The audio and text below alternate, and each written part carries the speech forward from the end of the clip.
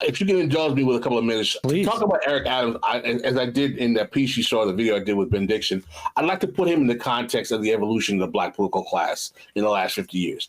Real quick, I'm going to try to make it as fast as possible. Hey, if I can do 200 years of Haitian history, I can do this. So in the last 50 plus years, we've had the evolution of the post-civil rights black political class. They've gone through basically 4 iterations of change. The first iteration of the black political class, and what is the black political class? These are the elected officials as well as the ideological superstructure around the civil rights organizations, the churches, and the membership organizations that create the kind of political options that exist in black communities that channel black voters into supporting traditionally the Democratic Party and largely the more corporate kind of conservative faction of the Democratic Party in exchange for patronage, which I pejoratively call fatback and biscuits, that they dole out to their constituencies to maintain that fealty. Okay, so we know Clyburn, the Congressional Black Caucus, the civil rights organizations, the black churches, HBCUs, fraternities, sororities, links, Freemasons, they all make up the ideological superstructure that is the black political class. The first iteration of the black political class in the 70s, because they're coming out of the movement era, black power era, they had to at least have the illusion of redistributive politics. So as a result, you would get, the traditional kind of more neoliberal friendly black mayors, but they had to at least initiate politics because there was still a kind of radical black politics on the grassroots level where they would give people things. And they would basically, like you get your Maynard Jacksons, Andrew Youngs, and they're actually redistributing some policy to people. All right. In the next iteration, you have the urban regimes of the 80s. Because these guys are coming in when neoliberalism is in full swing, they're basically governing cities that are in majority, in austerity. Excuse me. Sam is old enough, as I am, to remember where there was a time in America where you felt like damn near every city in America had a black mayor. You're like, what's going on here? It's like everywhere. You need New York, Atlanta, Chicago, you had Tom Bradley in LA.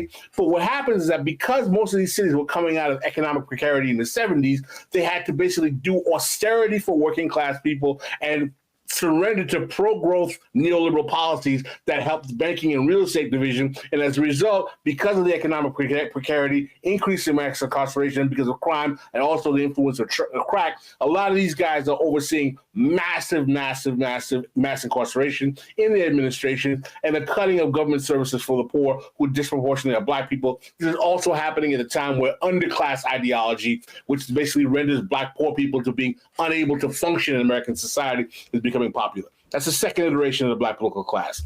Third, we have the rise of neoliberalism with the DLC, the Democratic Leadership Council, that comes out in the 80s with Clinton, where it takes neoliberalism, which is a fancy word for pro-corporate, pro-marketization, pro-capitalist, pro-big business. We get it. Charter schools, et cetera, so on and so forth. Democrats take that and double down on it, and frankly, in some ways, do things that are worse than Republicans. NAFTA, GATT, financial deregulation, you name it. I think you guys in your audience are pretty much familiar with that pivot.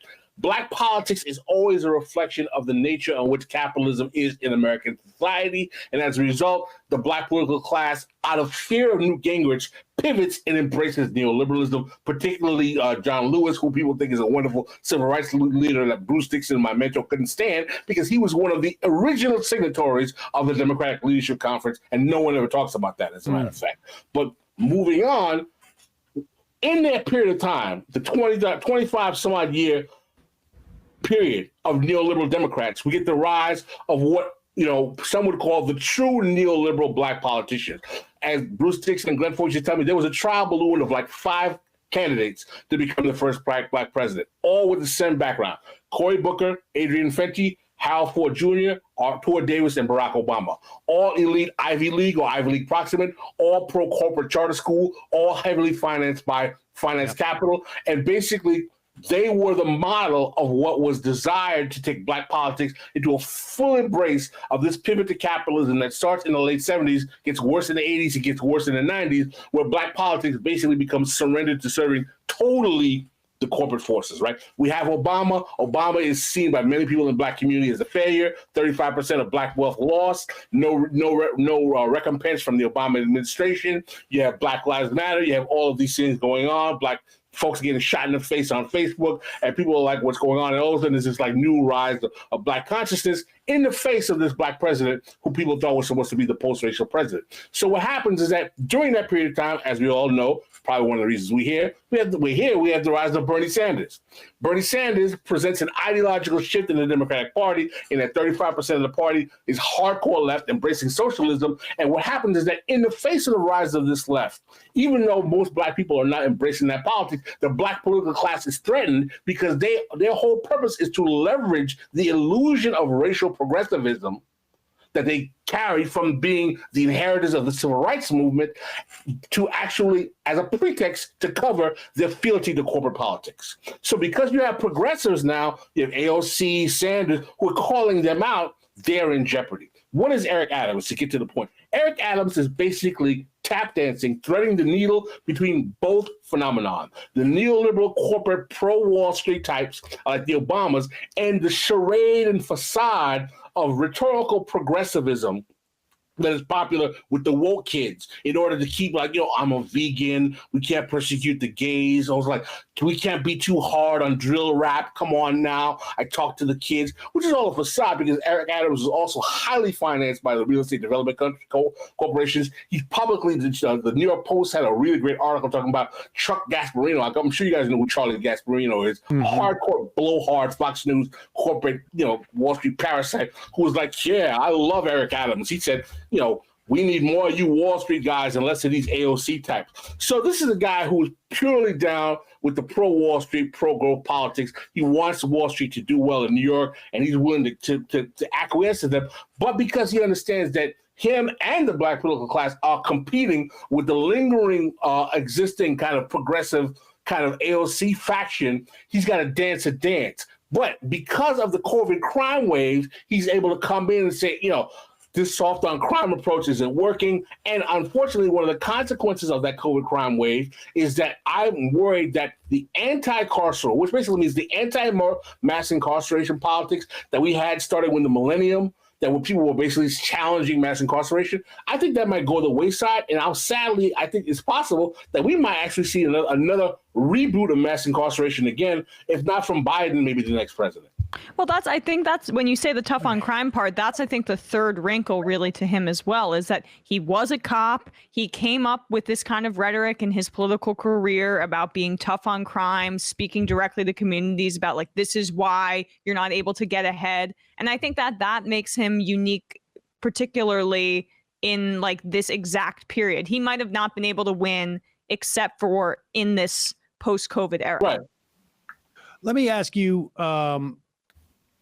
about that, about where we are, about the fifth iteration, I guess, of the black political class. I mean, I think, there were two moments where I sort of came to the understanding on some level this dynamic of the fourth iteration, like some vote that Gregory Meeks took back in like 2005 or 6, when I'm like, wait, what?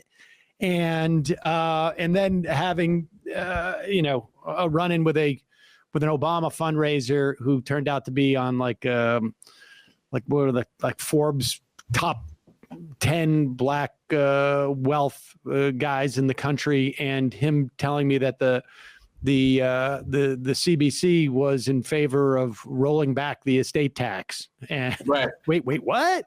And because there is a sort of like a presumption, or at least there's a projection that these are some of the most progressive members of the Democratic Party. But they pimp out their allegiance to the civil rights movement, and their members, some of them are actually being members of it, and also the charade, the politics, the racial bigotry of low expectations. Because you're black, of course you're going to be progressive. You care about the poor. Yeah, don't believe that crap. That's not always the case at all. No, I know, I understand that at this point, but I think there was a just sort of, default position that, like, if I'm representing Queens, I'm going to be a progressive member of the House. And man. The New York City Black CBC delegation, these guys are laced with Hakeem Jeffries. Are you joking me? No.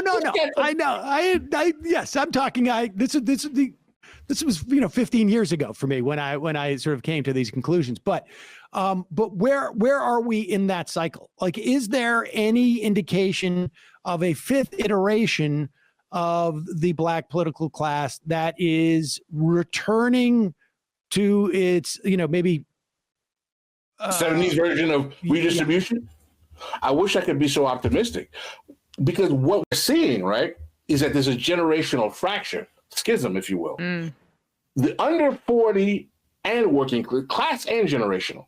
Under 40 Black folk, college educated or not, and more working class Black people are tired of the symbolism. They're tired of the empty neoliberal politics. They're getting no return on investment for it, and they're more alive to the charade of the symbolism because of basically the belief in the phase of the Obama presidency, and they're not signing on to it.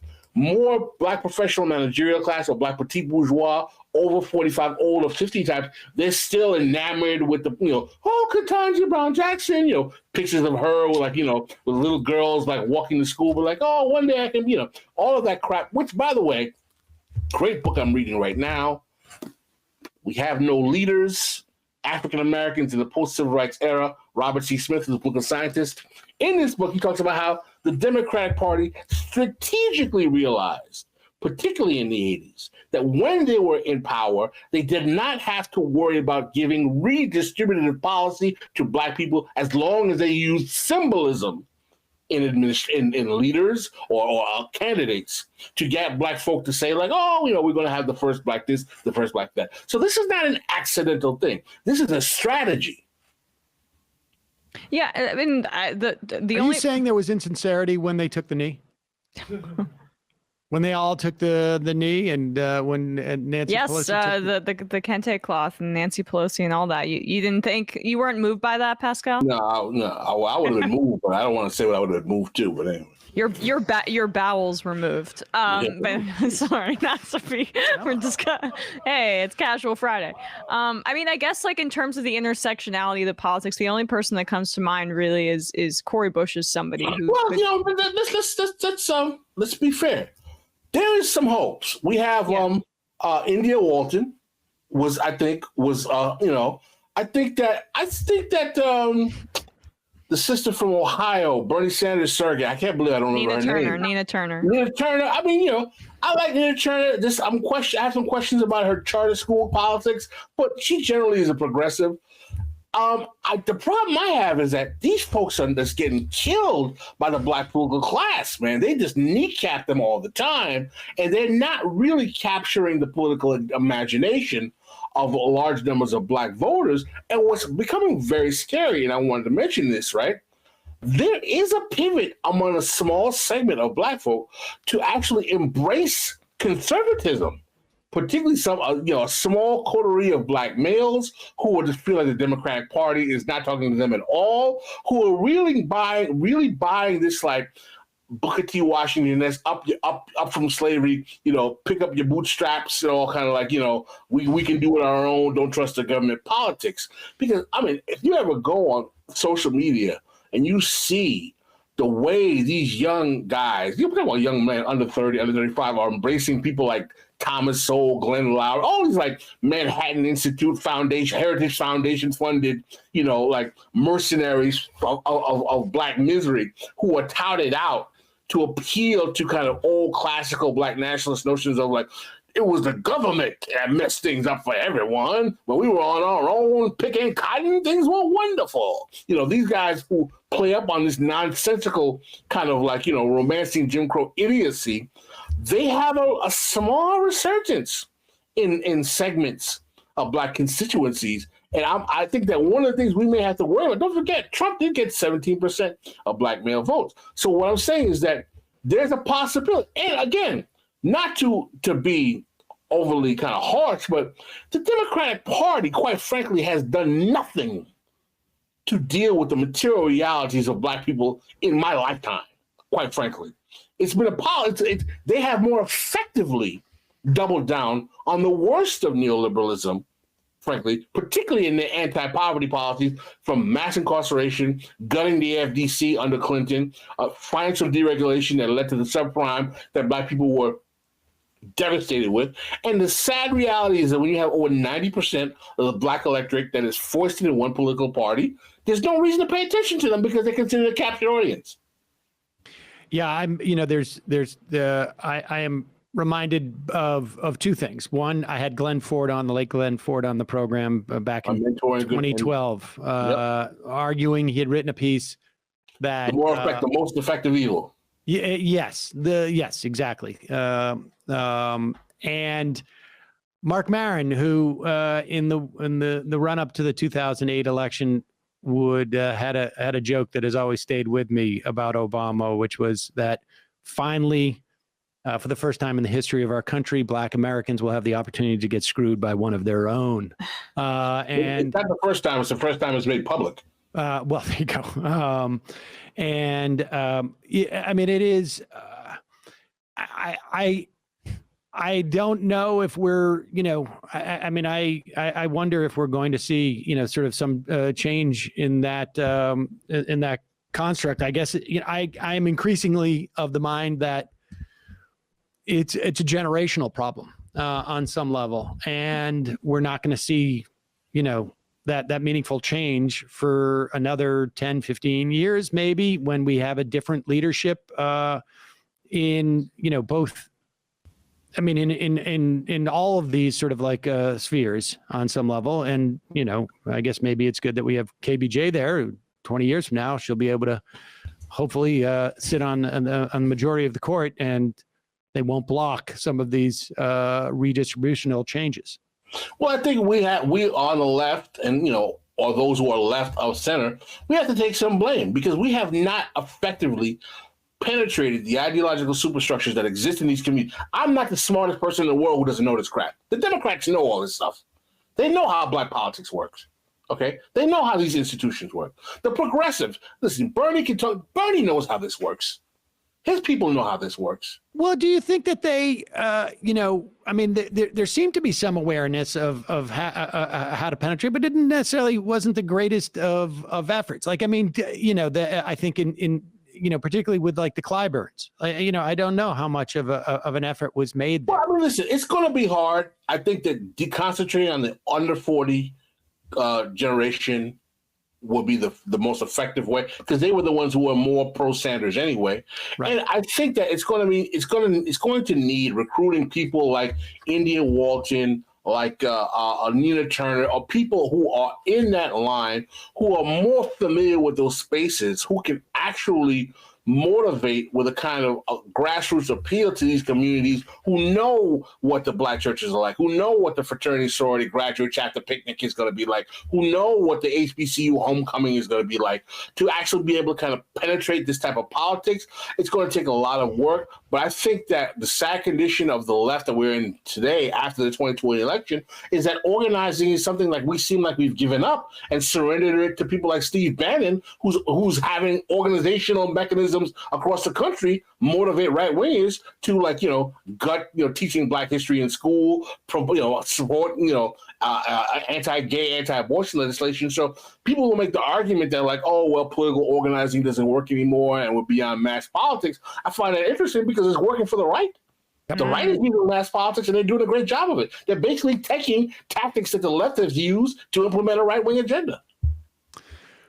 Pascal Robert, folks can check out This Is Revolution on YouTube or wherever your podcasts are served. Yeah, Apple Podcasts, Spotify. Well, I shouldn't say Spotify. Anything you can find podcast apps at This Is Revolution. And I'm on Twitter at PRobert06.